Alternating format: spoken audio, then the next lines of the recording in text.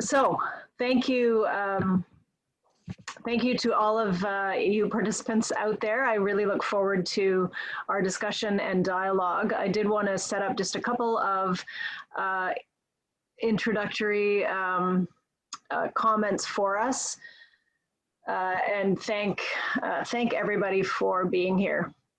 So we're here to talk about restaurant and hospitality support. We do have a number of people on the line who can help with that dialogue, but I'm really interested in hearing from you about what more we can do, what's working well, and some other questions which we'll get to. Next slide, please. So this is our high-level agenda. I'm going to be really quick, and we'll have a couple of minutes from Anita to talk about the work of the Burlington Economic Recovery Network, some top issues and concerns from our Burlington Chamber. We have two representatives from the Burlington Restaurant Association as chosen by the membership. So you guys got the long straw there.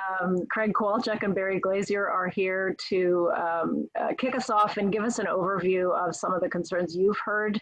And then we are going to open it up to conversation with you. So I assume everyone is now well versed in Zoom. You can raise your hand as a participant, and we do have a moderator, Maham, on the line, and in the order of who raises their hand first, we can promote you to speaking at the appropriate time for either questions or comments. And then we will come back with Corinne to summarize, wrap up, and talk about next steps, and I'll have a few closing remarks. Next slide. So just to sort of level set the dialogue I hope that we will have, and I know we will have, we can have different perspectives on the issues in front of us. I have always supported and defended everyone being able to share their view and engage in respectful dialogue. So that means we won't be critical personally of anybody, any named individual on the line or at City.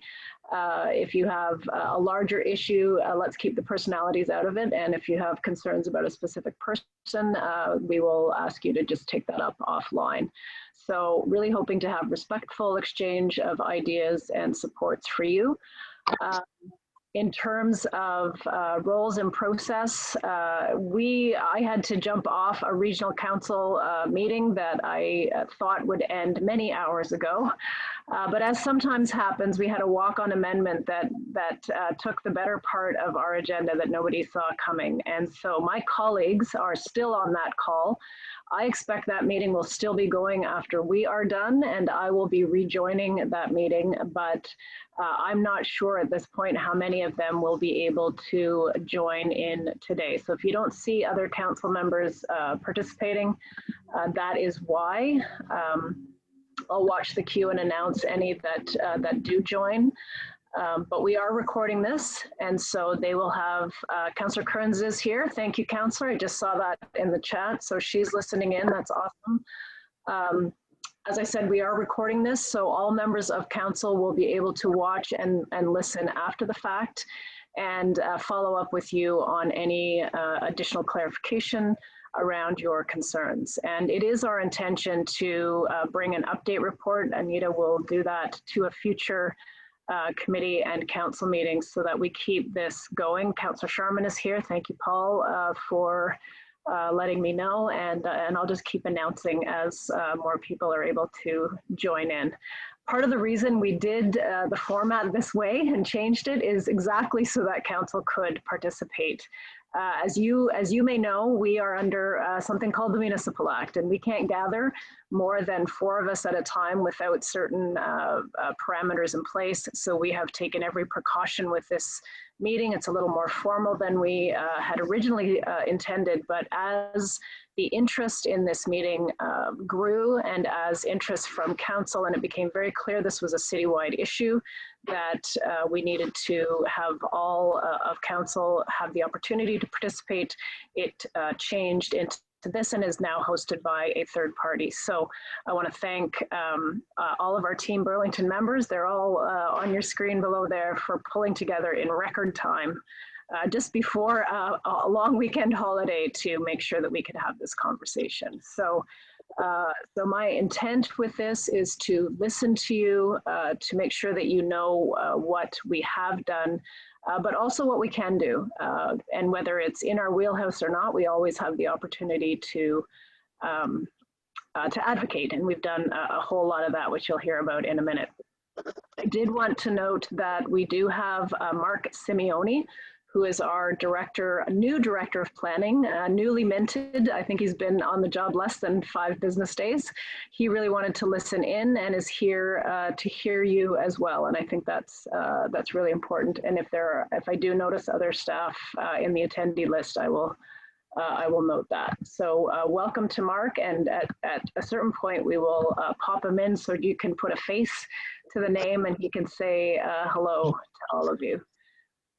We also have a representative from MPP McKenna on the line. I do have some information in response to some of the questions that were raised, and I did note the BRA position paper. Thank you so much for sending that in advance. There's a number of areas that are provincial jurisdictions, so we have that resource available to you as well. So without further ado, I will turn it now over to Anita to quickly walk us through Burn and the work that has already been done to provide supports to your industry. Go ahead, Anita. Great, thank you so much, Mayor Meed Ward. And Corinne and I will provide you with very quick updates, but we want to get fast to the talking and hearing from you guys in the BRA. And I do see we got a hand or two raised already. Just to let you know, from a format perspective, we'll be asking the questions to the BRA reps first, and then opening it up to the wider community. So we won't be dealing with any raised hands right now until a little later in the program. So in terms, just a quick overview of how we support businesses here. So I'm sure you're familiar with a lot of these groups on here, but basically we take a Team Burlington approach here. So Team Burlington is ourselves at Economic Development. Corinne there, who is representing the Burlington Chamber of Commerce today on the line. I know we've got Judy from our Aldershot Village BIA, Brian from the Burlington Downtown, and then Christine Smith, who some of you may not have met yet, are again our newly minted Executive Director of Tourism as well. And so we're here to listen, advocate, and take that information forward on your behalf. And we do that through both ourselves, and then we've got a whole bunch of provincial and national groups that we can elevate that to. And in Burlington, we have a little bit of a unique setup here. So you may get a bit confused. Why do we have a Burlington COVID-19 Mayor's Task Force and then an Economic Recovery Network? So that larger table that the mayor convenes has every sector you can imagine under there, including not-for-profit groups, community groups, etc. And we as Burn and Team Burlington take our voice there, but the Burlington Economic Recovery Network is entirely business focused and is led by the Burlington business community. We've got key representatives from all our sectors and groups on there to help really guide the voice of what our businesses need and how we can advocate for and support that as part of our COVID-19 recovery. Next slide, please. And so I do want to do a bit of expectation setting here as to what we can and can't do in terms of advocacy and support for businesses. And as the mayor mentioned, we do have something called the Municipal Act, and there are limits on what the city can actually do. So a lot of the items, although we'd love to roll up our sleeves and do that locally, what we actually have to do is advocate to the province and feds. So there's a number of unique constraints on what we at Team Burlington, the city, can do. And one of those in particular is bonusing. So a lot of the things that we can do legally for residents, we're strictly prohibited from doing for businesses because they call that bonusing. And they basically, it goes back to, the 1970s when people would like throw a whole pot of money at a business and say, here's $500,000, come to town. That's the intent of the bonusing provision, is to stop people doing that. We know that's not how economic development works and not how cities work now. And part of our advocacy work that we've been doing with the province is asking them to, even if they don't change the bill, at least recognize that the intent of bonusing does not apply to supporting small Main Street businesses like our restaurant sector that we got around the table today, so we can loosen up those restrictions a little bit. But a lot of what we discussed today, we will certainly identify out of this a advocacy package for what we want to advocate to the province and the feds for. And fantastic that we've got representatives from them here today. And then we'll also do an update to City Council next week in terms of, the week after, in terms of what we think we can do at a local level. And Corinne will talk a little bit more about those supports and some of the advocacy and issues we're seeing out there. Next slide, please. So in terms of, again, not gonna, you guys know what supports right there, just gonna highlight two key things for you. One is a brand new fund, if you weren't aware of, that it was announced today, the Canada United Small Business Relief Fund. So that's a $5,000 direct grant available for businesses like yourselves to either offset the costs of reopening safely or adopting digital technology. So if you hadn't looked at that already, recommend you get on that today, because that's $5,000 that could be in your pocket.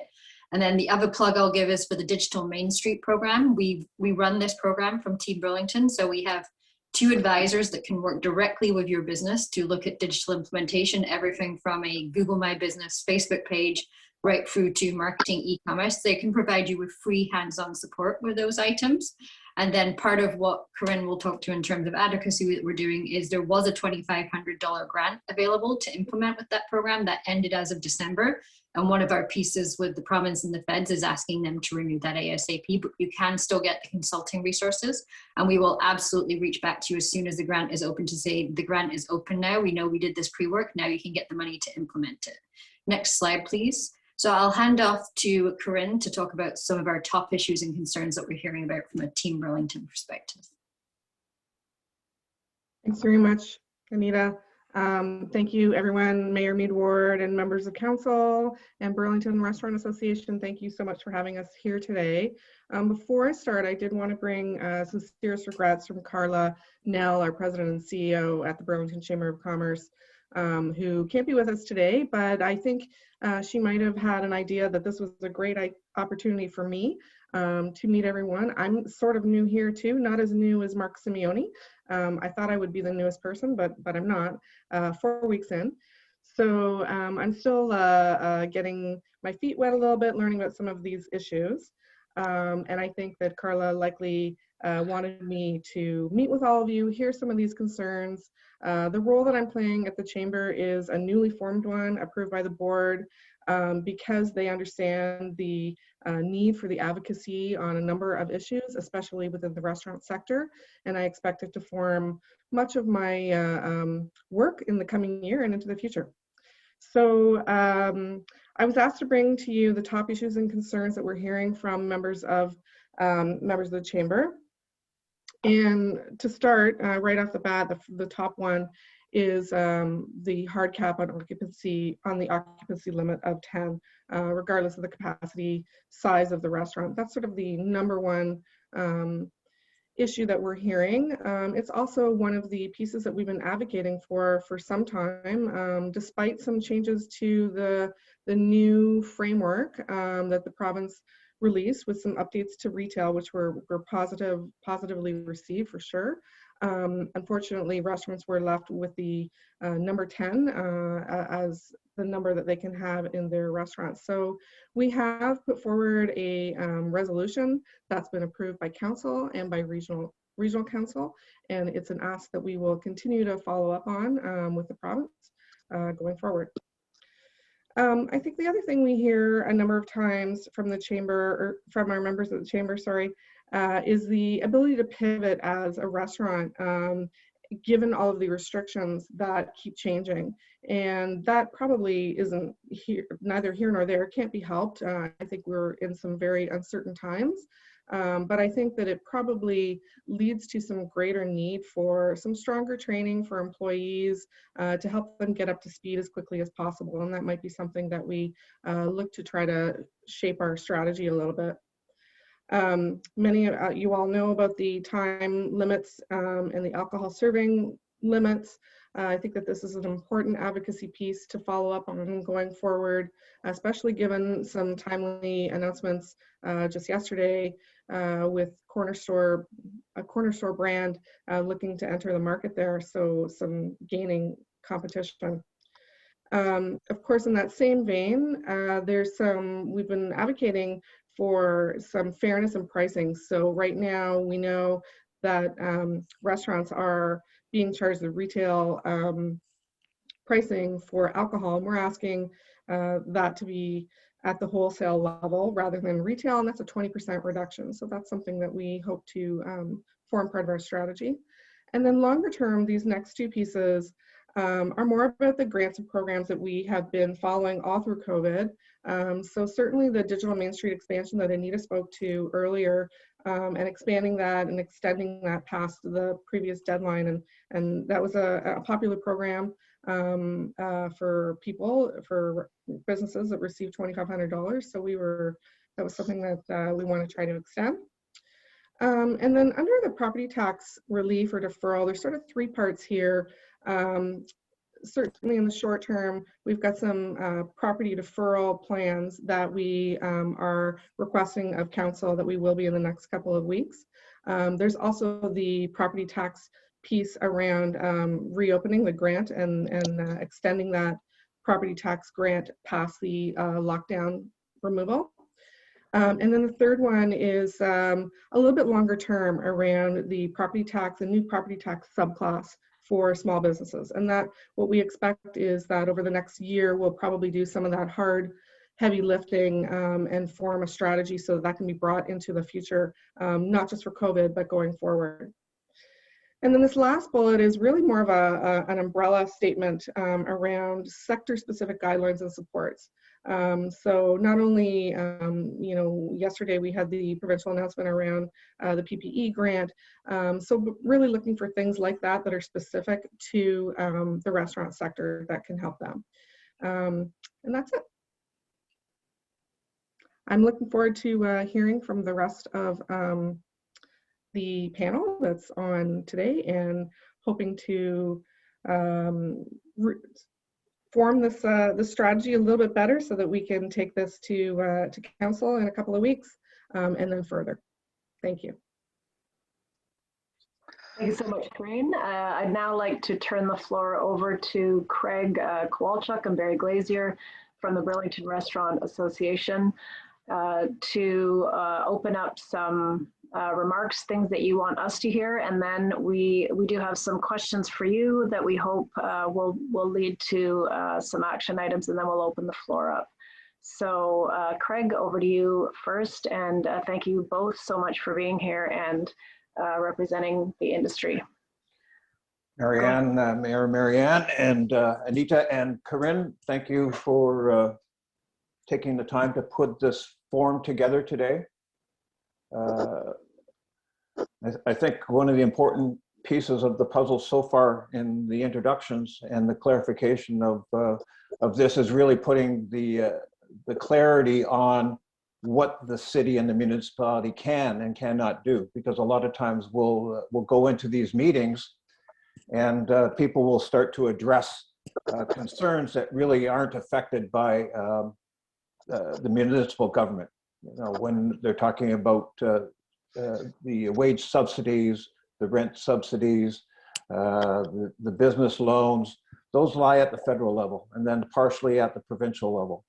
And we did spend some time last week in another well-attended call hosted by our MPP Jane McKenna and her executive assistant or executive director Ken Azuz. And we did put forth a position paper that addressed our concerns that we felt with the provincial level. Today, what we would like to do is really kind of address kind of the ongoing financial supports. We need to get down to the nitty-gritty business of talking about patios and a couple different portions of it. And then really, we were looking for your support. So glad it was already addressed in regards to the capacities and the hard cap of 10 for our industry. Those matrix, it doesn't make sense.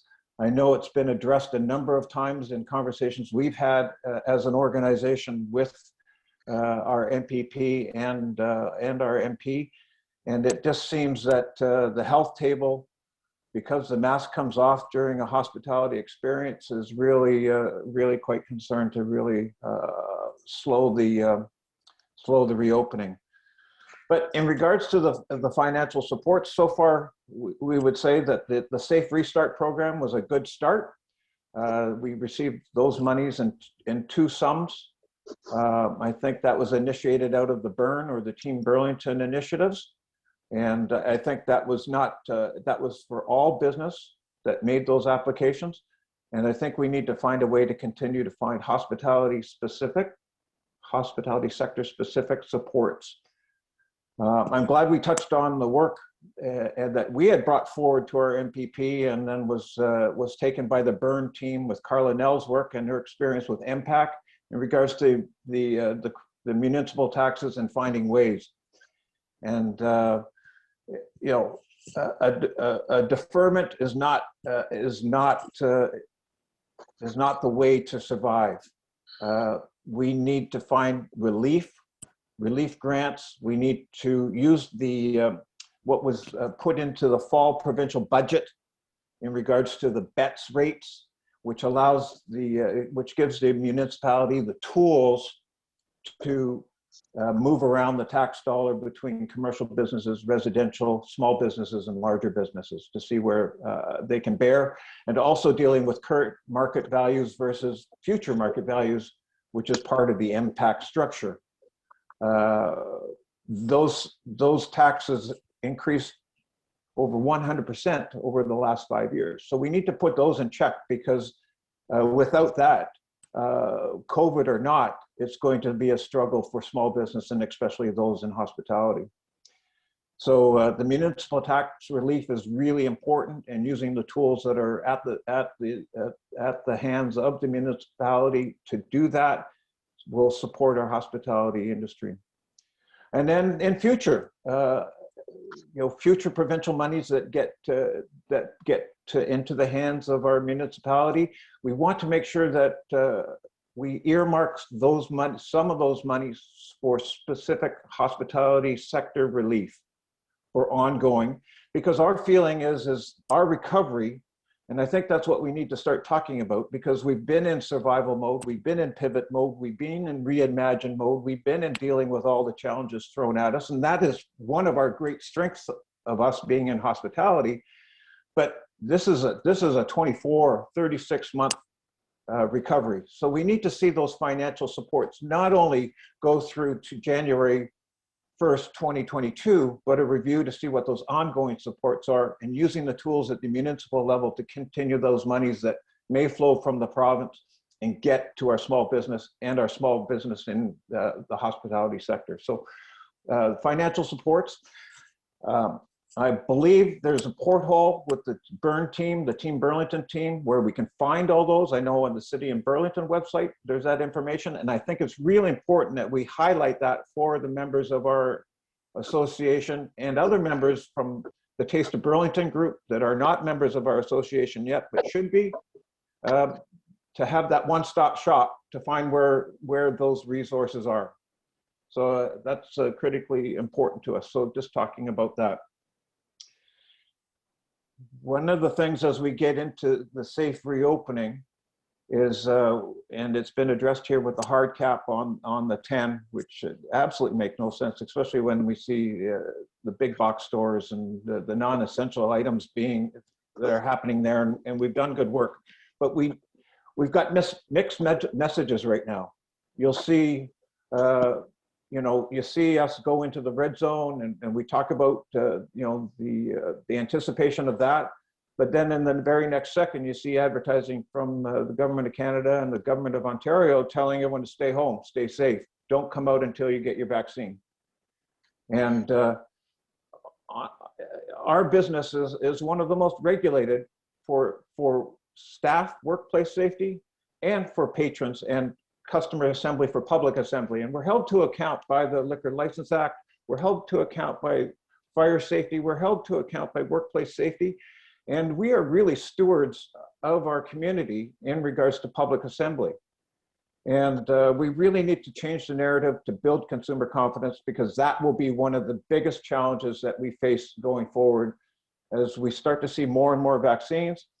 And we start to see the success of that. But it's really giving funding, whether it's from the municipality to the BIAs, through the BDBA and the Aldershot BIA, to create a storyline about how we've invested in social distancing, how we've been the first to have contact tracing for not only our employees but the patrons, how we've built barriers, how we've created these safe places for assembly.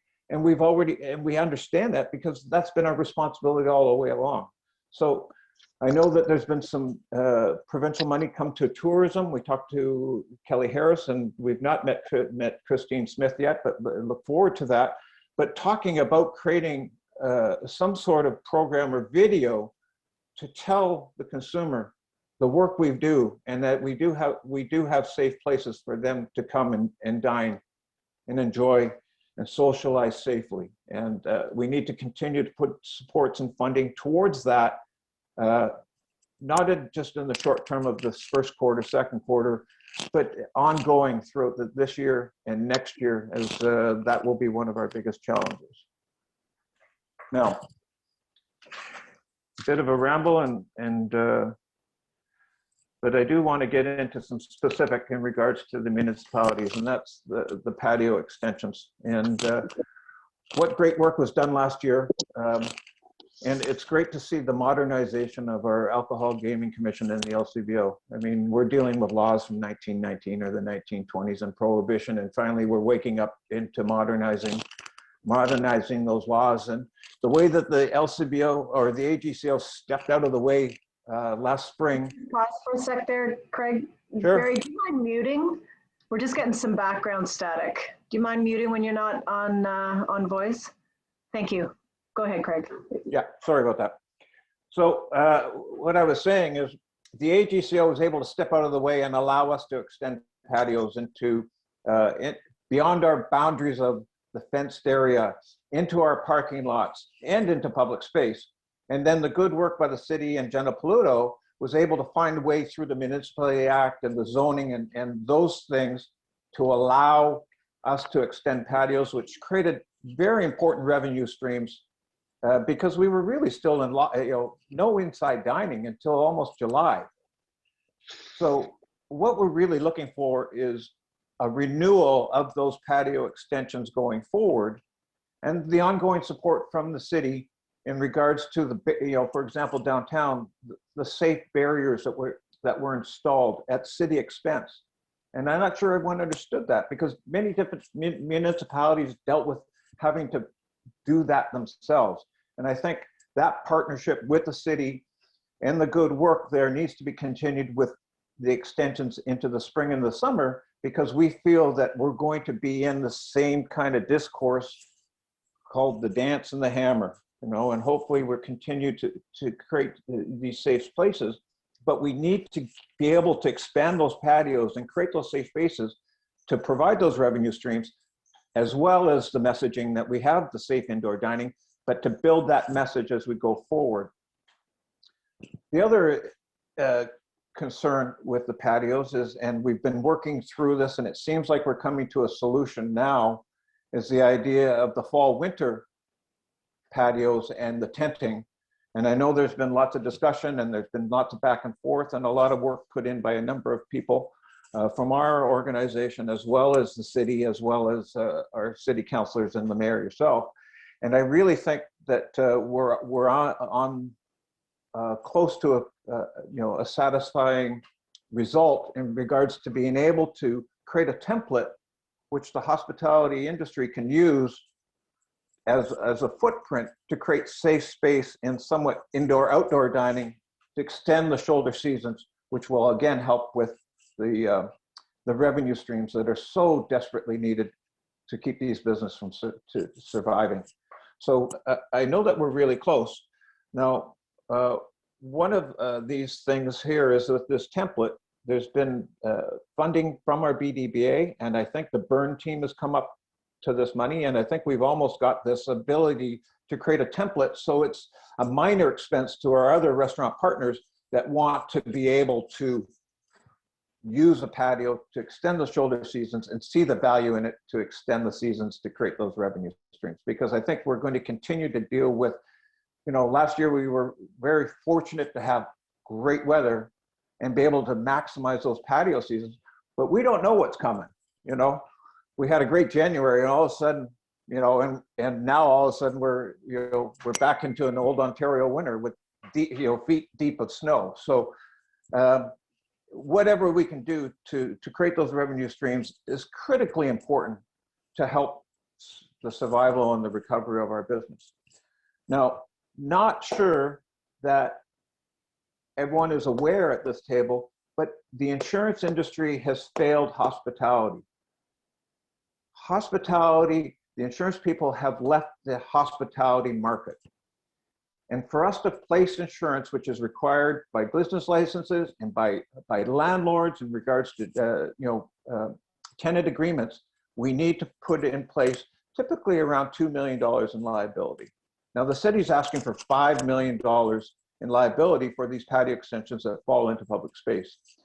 And this is really a hardship, not only by the fact that it's very difficult to find a market that's going to provide this insurance, but the expense of it is going to nullify any gain by having these extended patios. So I think we need to find within the city and the municipality a way to find a little bit more what I would call a palatable number in regards to the liability required as part of an extension of these patio extensions. So I guess in summary, we're looking for the ongoing financial support. We know that they come from all different levels, and we're hoping that the municipality and the city of Burlington can continue to find ways, whether it's the download of provincial money or through the municipal taxes.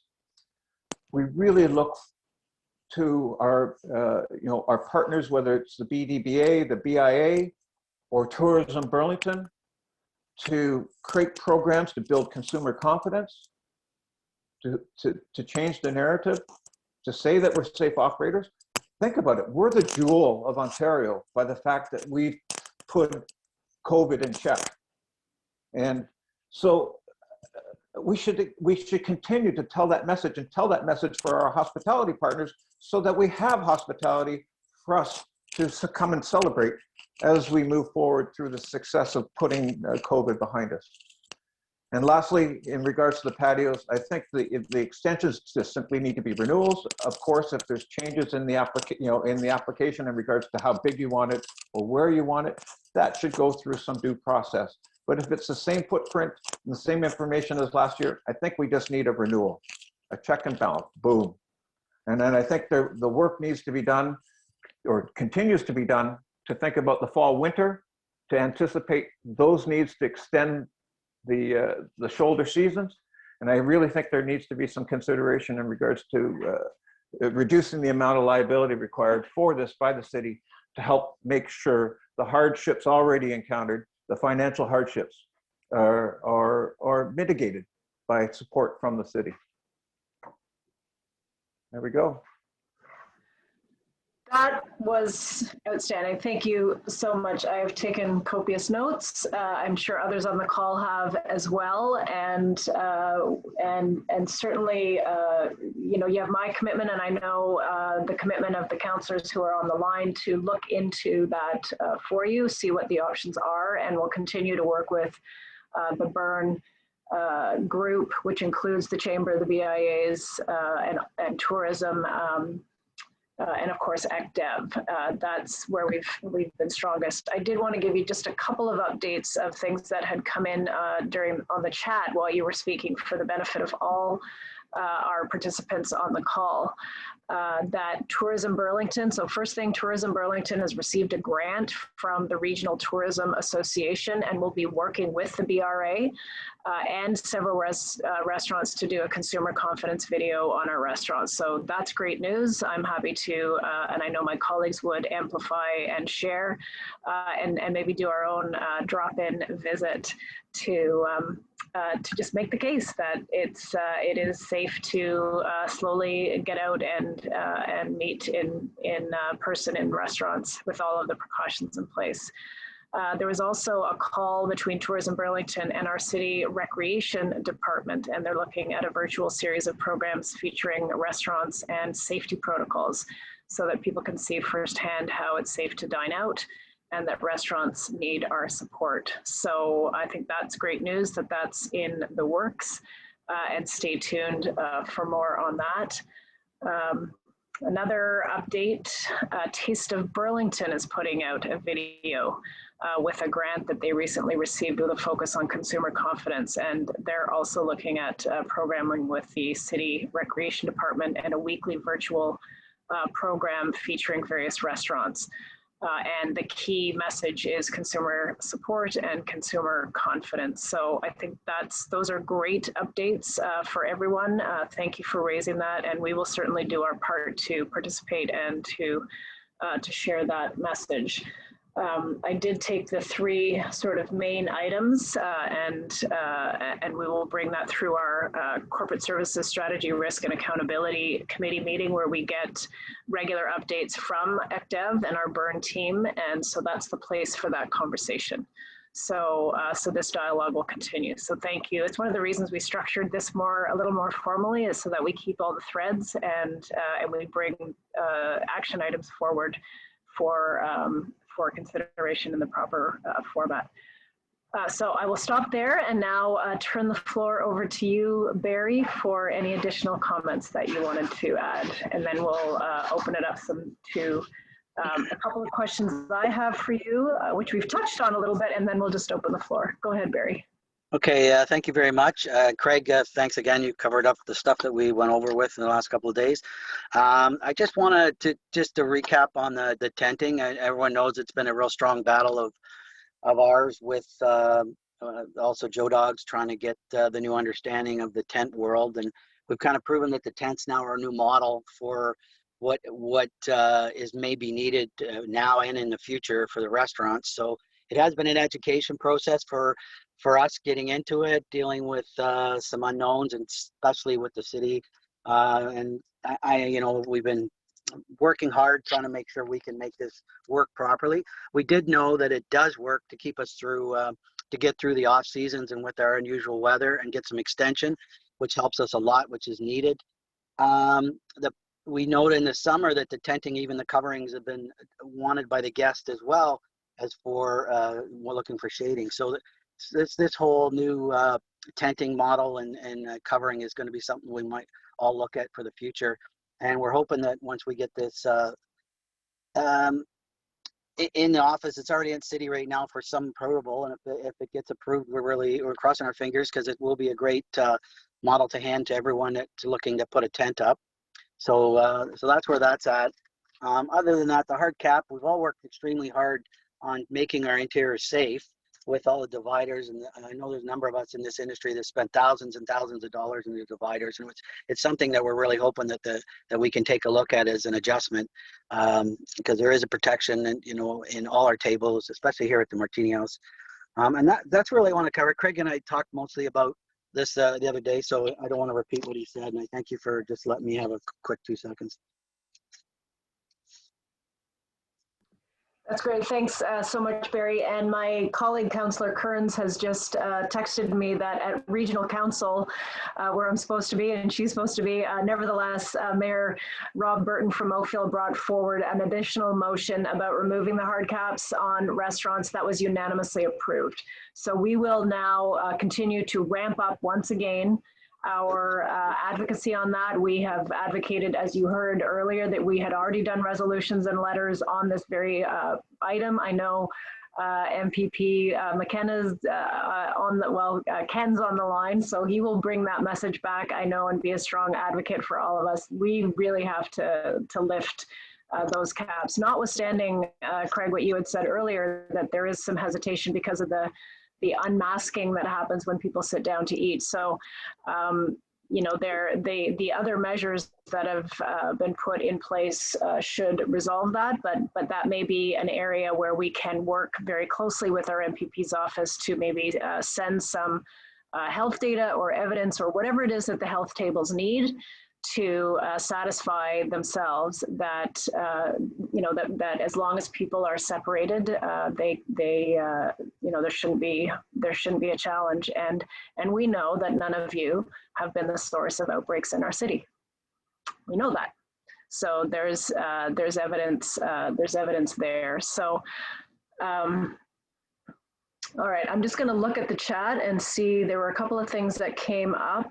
About the someone talking about the cap of grocery stores having 75%, and hospitality industry has a hard cap of 10. It is absolutely ridiculous. We will work on that. Continue to work on that. So before I go to some of the, there's also some questions that are starting to come in through the chat. I did want to, I won't put the slide back up unless we need it, but there were a couple of things we thought might be important, and you've touched on a lot of them, Craig, so we may go through this quickly and then be able to open it up. The first was the challenges around the red zone and the hard cap. I think we've talked about that, but are there any additional challenges being in the red zone right now that we can advocate or assist you on? Is it just that? Yeah, I'm going to you, Craig, or Barry, whoever wants to speak to it. And if somebody wants to put something in the chat or raise their hand during the Q&A, we can come back to this question as well. But I want to give you a first stab at it since you are the voice of our collective restaurants. I guess really what I want to know is how close are we to orange? Because if you look to our neighbors in the Brant County, they're in orange. They're having, you know, as many COVID cases happen, perhaps, you know, per capita as we are, and they're allowed to have 50 people socially distanced in the restaurants. Right. So I just, how close are we to really getting there? And again, that's us to being, you know, the jewel of Halton, and Halton being the jewel of Ontario in regards to how well we've managed COVID. I'll take a stab at an answer there. When we were put into red, the commitment from the province, and not just for us, but for everyone in that first round of reopening, was to reevaluate in 2 weeks. So we sit tight in this for 2 weeks. And yeah, so Ken just has confirmed that no changes for 14 days because that's the incubation period. And our numbers today, we have 42 active cases across the entire city, 5 new active cases. Our numbers are extraordinarily low. There was a time before lockdown where we were seeing new infection rates of 70, 80, 100 or higher. So everything is trended in the right direction. If we all keep, you know, we can't let our guard down. We can't let our, you know, it's not going back to business as usual. We still need the masking. We still need the physical distancing and all of the other health measures, but presuming people continue to follow those, and I have every reason to believe that they will, and the numbers continue to stay steady or decline, we should be in for another announcement in 2 weeks. And it all depends on the numbers. The other piece that affects us, and you've probably heard this before, is our geography between Peel and Hamilton, Peel/Toronto and Hamilton. And it's not so much the cross-border shopping or visiting that has been the problem, because we've always been next door to those places and always had significantly lower numbers. The issue became hospital capacity. So when the places all around us were on fire, then they needed to ensure that our hospital then and all the other hospitals in Halton would take that capacity. And I just read something from Mayor Burton's newsletter yesterday that upwards of 70–75% of their beds right now in Oakville, Trafalgar that are designated for COVID are for folks who don't live in Halton. And we're okay with doing that. We will absolutely take our share. We will absolutely help people in regions around us. But the reason that we have kind of been pulled into lockdown, even though our numbers are very different, is because of the health capacity issue. So that's the key indicator for everybody to watch, that as long as the infection rates, the new infections province-wide stay under 1,000, as long as the hospital capacity sort of GTHA-wide is there, we should be in for some better news and some continued reopening. But if it starts going the other way, we're going to be back in the same situation. And I think that's, you know, that's the concern of all of you, is that you can't keep ricocheting between open, closed, open, closed.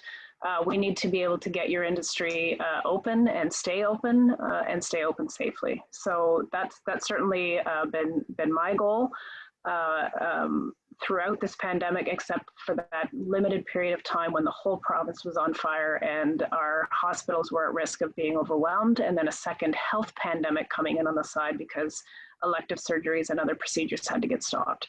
So we didn't hit that wall, and that's because of the measures that were taken. I'm just seeing something else from Ken in the chat, that Toronto Peel are on track to move into gray zone on Monday. So, you know, if everyone around us comes down, we're going to keep with this reopening. So that's part of the upside and the downside of being part of the GTHA. If we were in another district, we'd be having a different conversation. I think we all know that. Go ahead, Craig. Well, just you touched on the point of ricocheting, and that's opening and closing and the rest. And this is something that I haven't heard much of, but have thought about a lot. And this may go back with our tourism ministry overall. And that's our employees and giving them consistent employment and trusted employment.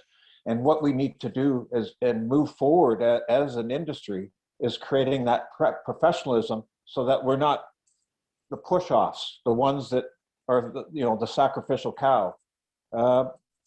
Because we're a great industry, we're a livelihood to many. And because of the opening and closing, it's going to become a challenge as we begin to reopen to build the confidence of our employees to stay employed. So, I mean, it's really important that be part of the message as well as we move forward to staying open on a consistent basis and reopening safely. That's right. Thank you. Yeah, there's a comment in the chat around, is it better to stay in lockdown longer versus opening and then having to shut down? And, you know, I think we could probably philosophically debate that for a long time, but I think our goal is now to stay open and continue gradually more reopening. We've got the vaccine arriving. We know collectively the steps that need to be taken to keep ourselves safe, and businesses are taking them. So I'm really hoping this is a trend that we won't look back from. Okay, the next question I had was how effective are the current financial supports available at all levels of government? And we did talk about that a little bit. That you are looking. Certainly, you mentioned the Safe Restart grants, and if there are some specific, maybe we'll just pause for a moment. Are there specific additional grant programs that the city could look at that you would be recommending? So we know what's at the province and the feds. We're not going to redo that. But we had the Digital Main Street that we advocated for that to be extended, which it was. We had the grant program over $240,000 that was distributed to close to 200 businesses, and that was for PPE. Does something like that need to come back? Or are you looking at something completely different in terms of support from the municipality? Or is it really more around the permit process, is maybe the liability issue that you touched on earlier? Again, to me, I think, I mean, if that's coming to me, I'm going to say anywhere and every which way that we can contribute to savings, because at the best of time in hospitality, we're working on the thinnest of margins. And that's why the advocacy to the beverage alcohol tax reduction is so critical, because that will help give us a margin back that's eroded over the course of the last 25 years. And, you know, where the perception of is everyone's driving Cadillacs and rolling in piles of cash.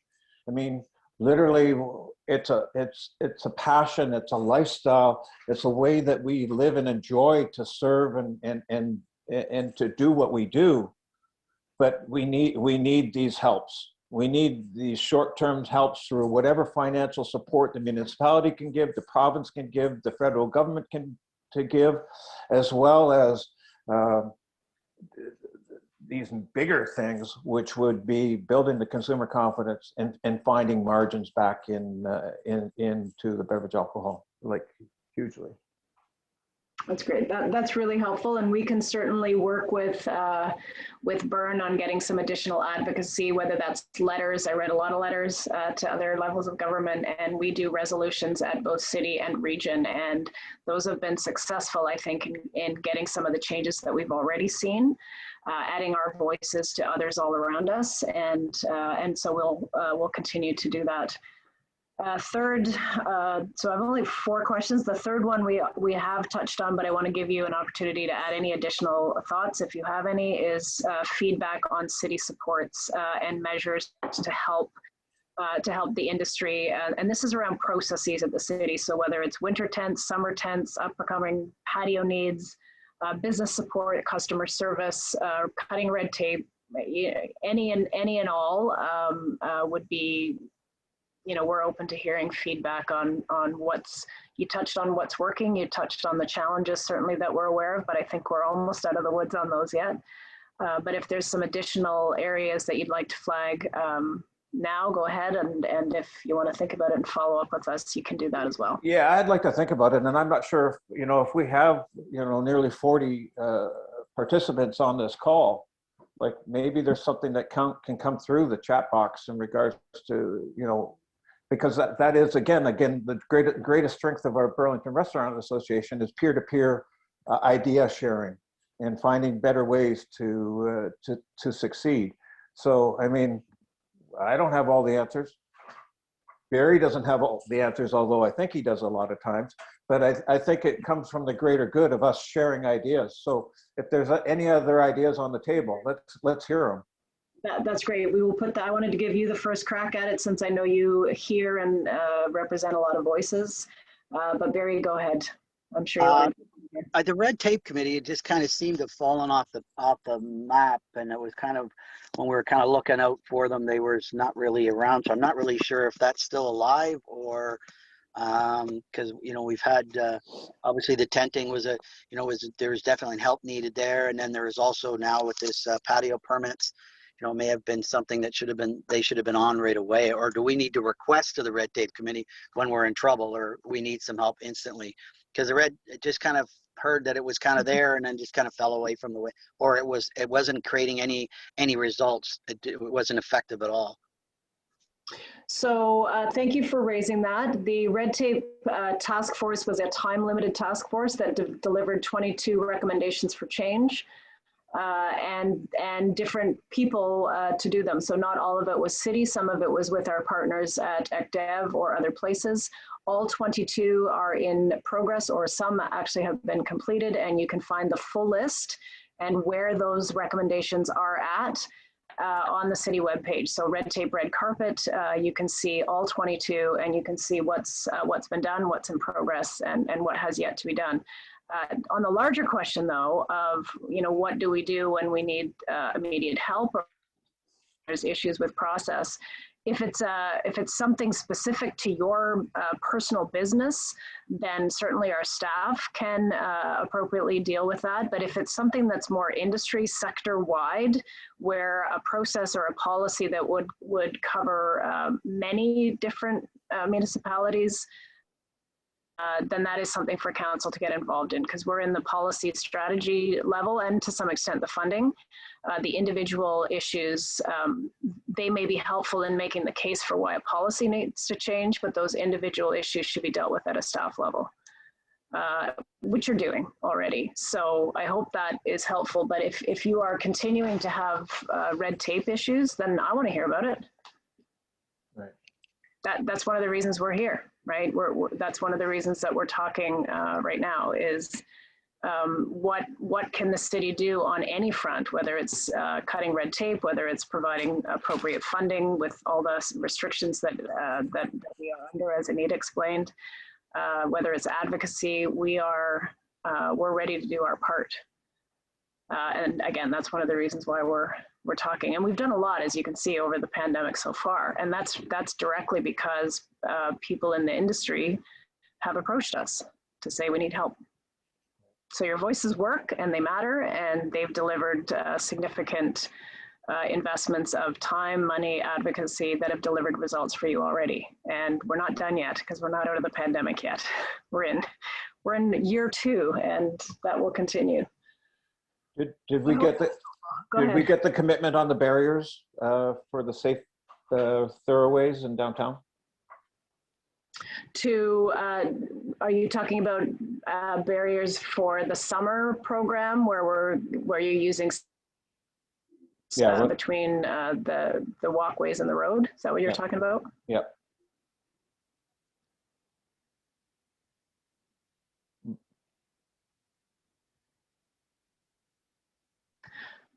Sorry, my breaking up a little bit, but we'll get you an answer for that, Craig. Right. I mean, honestly, it felt like a beautiful thing. It felt like we were in downtown Montreal, downtown Amsterdam, somewhere. Well, these patios sprawled, and we had safe, we created the safe spaces for them to do that, but it just felt really great to see. And I think it's really important that we allow that renewal to happen smoothly and seamlessly and without fees, but also to take that expense of creating the safe walkways for the patrons and for the vehicles downtown. It is something I know Councillor Kearns was actively involved in, and the BDBA was working very closely, because most of that situation that you described, it occurs downtown, because we don't have restaurants that are in patios in other places aren't necessarily using city rights of way, so it's a whole different discussion. But I'm just noting in the chat, Dave Tuttle, hi Dave, without the ability to maintain the temporary patio this year, it'll be impossible to go on as a business. So a simple renewal on the city side would be important. So comments in the chat to that effect. We don't need to reinvent the wheel on these applications.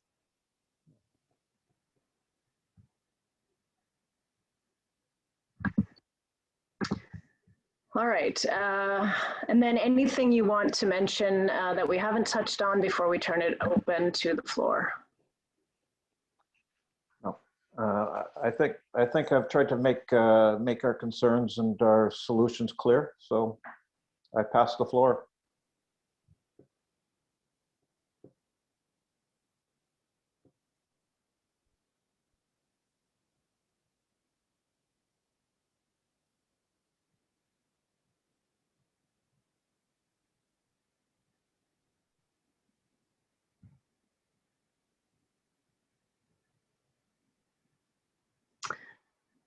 Okay, I hope everyone can hear me. Sorry, my connection's cutting in and out. It's one of the downsides of work from home when everybody's online. We're going to open the floor now to the participants. I'm going to read some of what's in the chat already and see if we can answer those questions first. Sonia from Judge and Jury, impressed with the way the municipality handled patio extensions in 2020.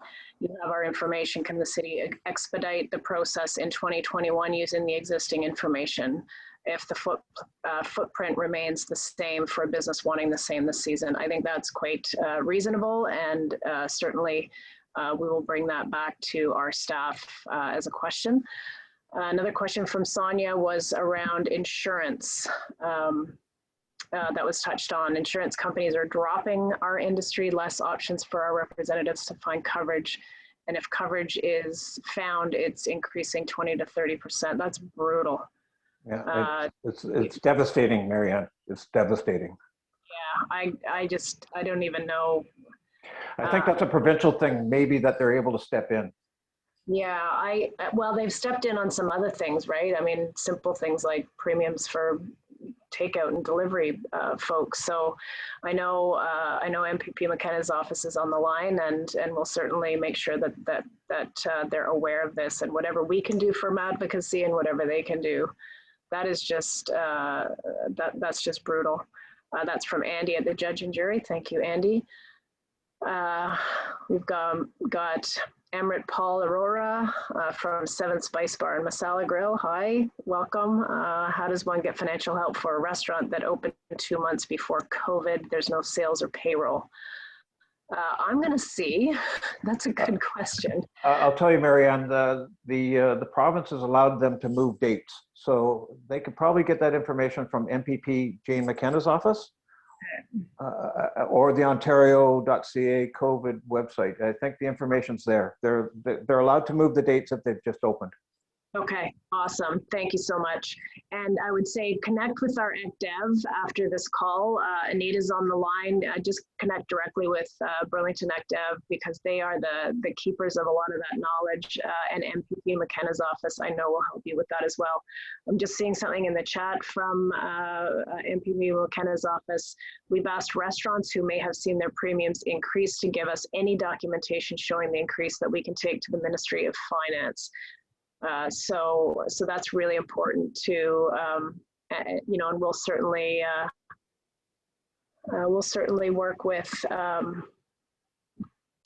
you on some advocacy around that as well. But you've got the ear of the province on the call today, so that's great. And then the second point there is regards to the funding.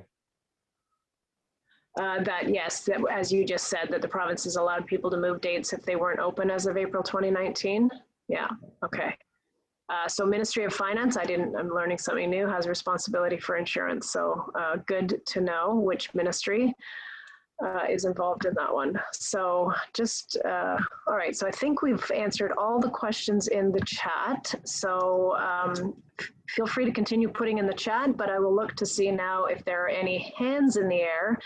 I know, so if you're a participant, you can use the raise hand feature. I can see it, and we can promote you as a panelist into the conversation to ask your question live if you would like to do that. So I'm just gonna look on my board. I'll check the chat, I'll check the participant list to see if there's anyone else that wants to make a comment, ask a question, or give us some information.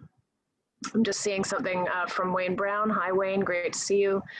Supporting Craig's comment about the stability for employees. Many servers use their salaries to pay their education. Could there be fund to support them in this difficult goal during the pandemic? So I think you're speaking to that, you know, go, stop, that disruptive nature for people is really, really tricky. We even experienced it to some extent at the city when we initially laid off part-time staff that were doing programming early in the pandemic, and we had a terrible time getting people back. Mm-hmm. So we were not able to deliver some of our services as soon as we wanted to. So it's a real issue, the start-stop. It's very disruptive for everybody, from both employers as well as from employees. So it's definitely something we can relate to. Another question, will restaurants be restricted for hours of operation? Yes, in the red zone, there are, Craig probably knows it off the top of his head, but yes, there are hours of operation and liquor service restrictions that I think gradually ease with every level, descending level down to green, which is where we want to get. Right. Okay, so not seeing anything new in the chat. I'm just going to check our raise hands. So not seeing any hands in the air there either. So I'm just going to pause and see if anyone wants to jump in. We've still got a little bit of time, but if we are done, we've covered quite a bit of ground. I really appreciate Craig, you, Mary, both of you for joining, for being so thoughtful in your feedback to us. The more specific you can be about the challenges and the suggestions, the better we are able to help you at all levels of government. And I will say, the city works very closely with our MPP's office, has very good relationship with all of our MPs, our MPPs, and other levels of government. And we recognize you expect us to work together to deliver for you. So, so we do that. And I'm very, very grateful to them, because some of, you know, we all have our box of jurisdiction, and we need to work with each other, because the solutions that you need cross every government level. No one government level can do it on our own because of jurisdiction, but simply because of cost. And so, so you expect us to do our part, we will. And you expect us to work together with others so they can do their part too. So, so they are doing that.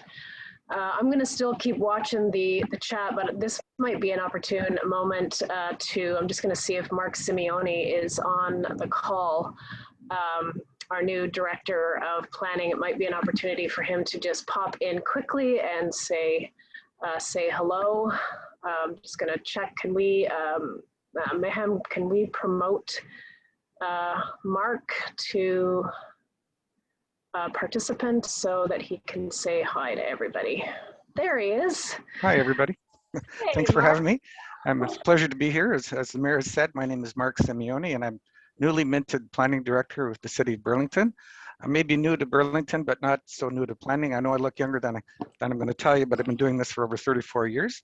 And my last role was a director of planning in the town of Oakville. And I left there in January. So I'm quite familiar with, actually I'm a resident of Burlington as well.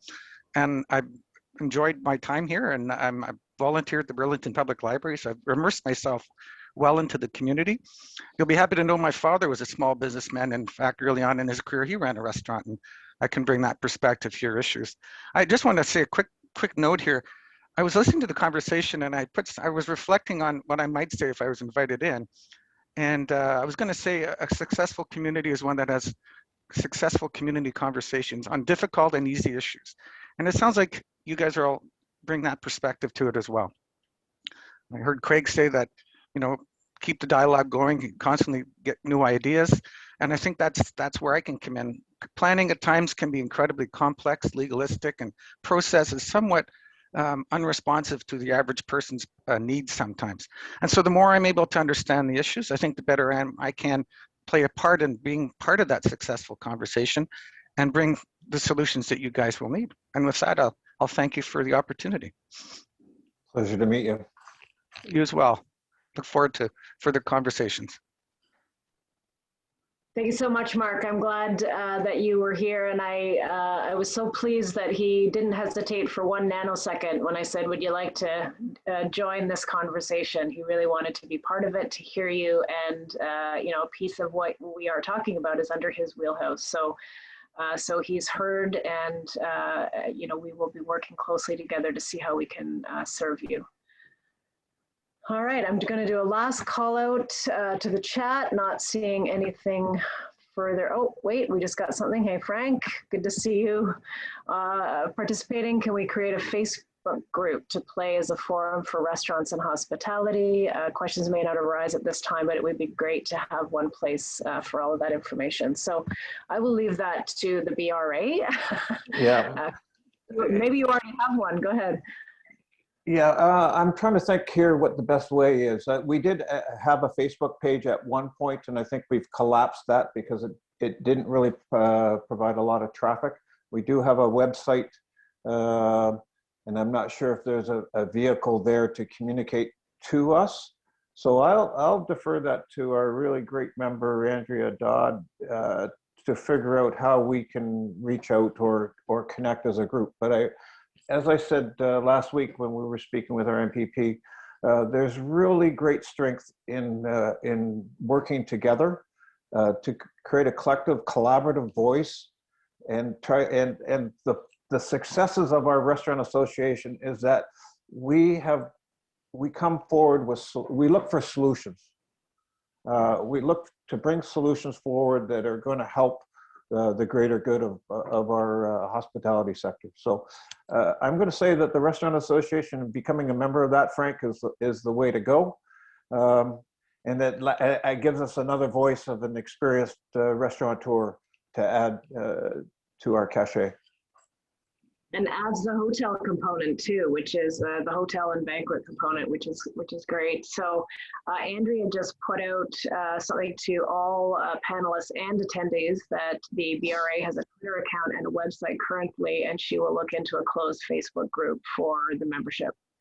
So great suggestion. Thank you for that. In the short term, what I know you may be thinking, you may think of things that occur to you after the meeting is over. And so what would be really helpful to me, and I think to my other elected colleagues who are on the call, would be if you could funnel some of your suggestions or ideas through the BRA. And then if the BRA can kind of consolidate any additional thoughts or requests, that would be enormously helpful to us. Your briefing document was really great because it just kind of clarifies for us, summarizes for us what, instead of having to pull these threads together. So if we can do that, how would they reach out to you, Craig? Is there I know there's a Twitter and a website. I assume that you would just Google Burlington Restaurant Association, but is there an email that they could connect with somebody at the BRA, Craig? Again, I'll ask Andrea to pipe in on that one. Okay, I'll just watch to see if it's Andrea, if you put it in, there it is. Okay, you read my mind. So Andrea Dodd, who is so capably managing everything with the BRA. Email, you should have it if you're an attendee and in the chat, but it is dodd.andrea, ANDREAM there you are, Andrea, hi, at gmail.com. So Andrea, the floor is yours since we've now moved you to a panelist. Anything to add? Go ahead. I didn't tidy up my office. You're all dark though. You're all dark. You need some light. The whistleblower. Yeah. Yeah, I will definitely look into a closed Facebook group for members if that's easier for people to communicate and get quicker answers on issues, for sure. They can email me anytime. The email's there in the chat, and I will be able to send them all the information on how to become a member and what that involves, and Zoom links and all the fun things that we need when we meet, to keep everyone apprised of everything that we have going on, for sure. Thanks, Andrea, as always. That's awesome. Thank you. That's very helpful. Okay, so we've got some more Q&A. Let me just scroll down here and see what else we've got. So Burlington Restaurant and Owners page is up. They share a lot of industry stuff. So that's great. Thank you, Sonia. It's ON Restaurants plus Owners / Managers. And Trevor Posniak started the site, the Burlington, Ontario restaurant site. Yes, it's been a very good site for the restaurant, for the industry. So I've certainly seen that, and it's a great place to promote what you're doing. So check that out on Facebook. Thank you for putting that up there, Sonia. All right, let me just check our participant. So not seeing any hands in the air for our attendees. You've used the chat, which is great. So I think maybe we can start to wrap up, and you'll have another 5-10 minutes in your day that you didn't expect. So I'm going to bring Corinne back, and am I pronouncing your name right? Is it Karina or Corinne or Corinne? It's actually Corinne, but it's fine. Okay. Everything. I got all of them wrong. Corinne, thank you. And this is the first time we've put a face to the name too, so it's nice to see you. I will turn it over to you for some closing remarks, and then I'll wrap up. Go ahead. Sure. So thanks again. Thank you, Mayor Meed Ward, and thank you again to members of council, as well as the Burlington Restaurant Association and everyone else who is here as well. Thank you very much. So I think what I'll do is rhyme off a couple of things that I heard today. There were certainly some common themes throughout. And Barry and Craig, I think you guys did a great job of sort of summarizing a number of these things as well. So I heard relief, not deferral, in terms of long term. So making sure that, yes, there's deferral, but in the short term, but also some relief going forward. Earmarking resources for this sector for the future. So in terms of a comprehensive strategy from the province, we know that there's a COVID recovery strategy, but making it sector specific for restaurants. Heard a lot about patio extensions and even shoulder seasons and the role of the city and moving that forward so that we're ready for summer coming up and the shoulder season as well. We also heard about insurance and checking in with the Ministry of Finance perhaps around that, and I'm sure that our colleagues from MPP McKenna's office are listening into that, so I'm sure that that will happen. The other piece I think I heard was around trusted employment and making sure that restaurants are an employer of choice and that they also have a lot to offer for a career, and that getting through some of these COVID stop go pieces that you were talking about, Mayor, would be helpful to ensuring that for long-term sustainability for the restaurants. And then I think, Craig, I think you really spoke my language there when you talked about the fact that you guys are the stewards of our community in safe assembly. And I wrote that down because I thought that was so great. I think great advocacy is told through storytelling, and it's great to hear that there's some videos coming. I know that we also have some, our awards gala coming up in the early summer, and certainly there will be some videos there as well. So I think that that's really important, and I'm looking forward to trying to help you with that and telling that story. I think the Burlington Chamber of Commerce can help do that within our community and certainly bridge some of those stories between the different levels of government as well.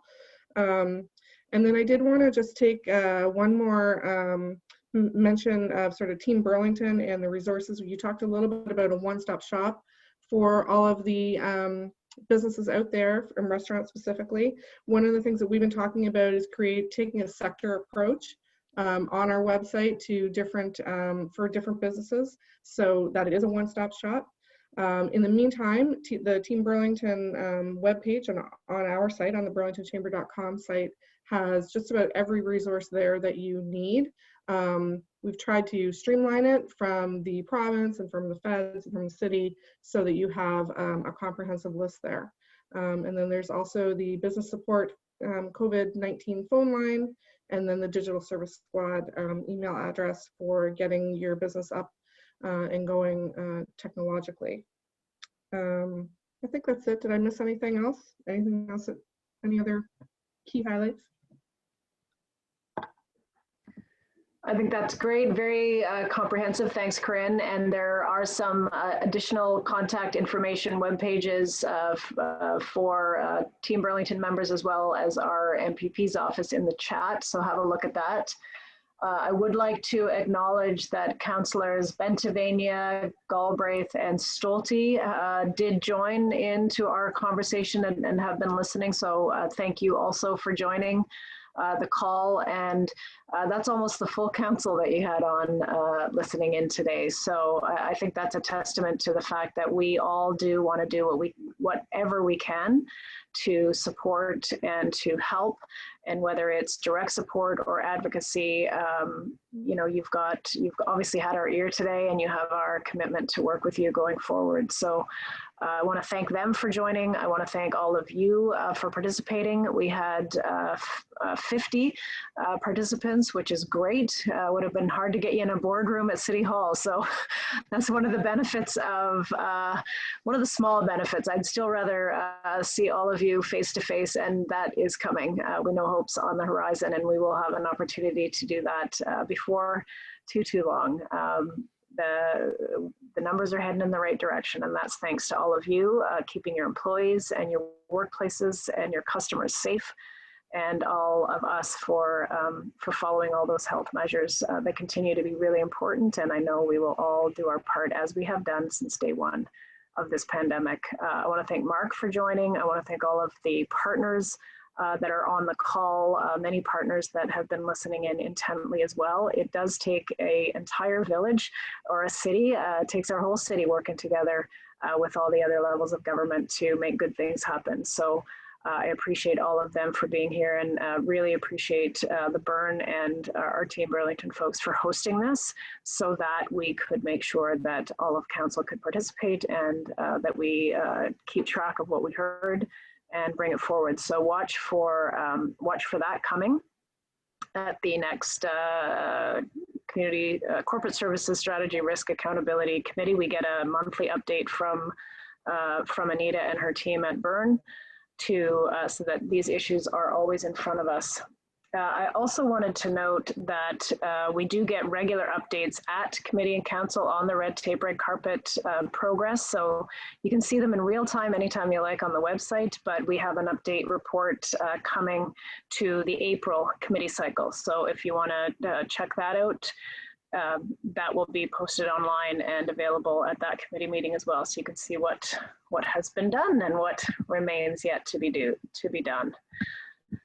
So with that, I think we've had a great conversation. So thank you. I certainly feel much better aware of the issues that you are facing, and where there is a role of direct support for you from the municipality. So we have our work cut out for us. I thank you for that, and let's do this again. I think we'll need to stay in close touch as we start hopefully gradually seeing that reopening in phases coming up. So certainly I'm willing to host another check-in.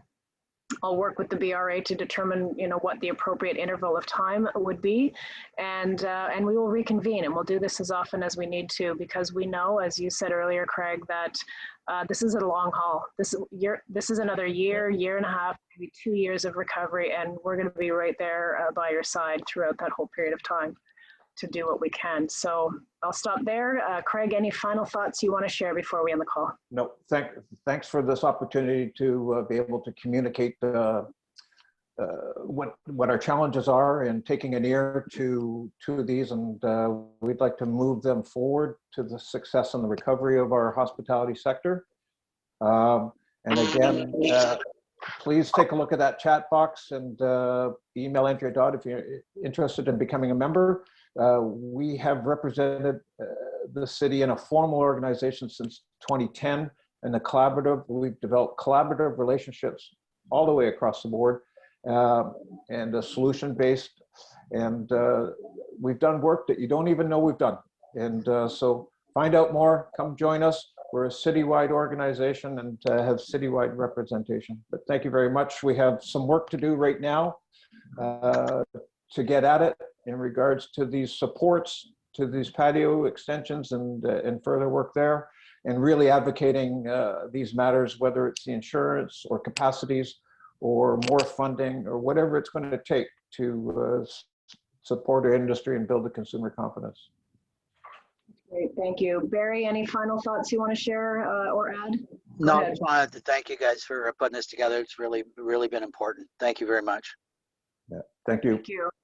Really appreciate you joining. And for those who may have had to join partway through, we did record the whole thing and it will be available. We'll make sure that it's spread far and wide. So if you missed any part of it, you will be able to tune in and catch it. So, so with that, we will say goodbye for now and we'll chat again soon. Thanks, everybody. Really appreciate your time. Thank you.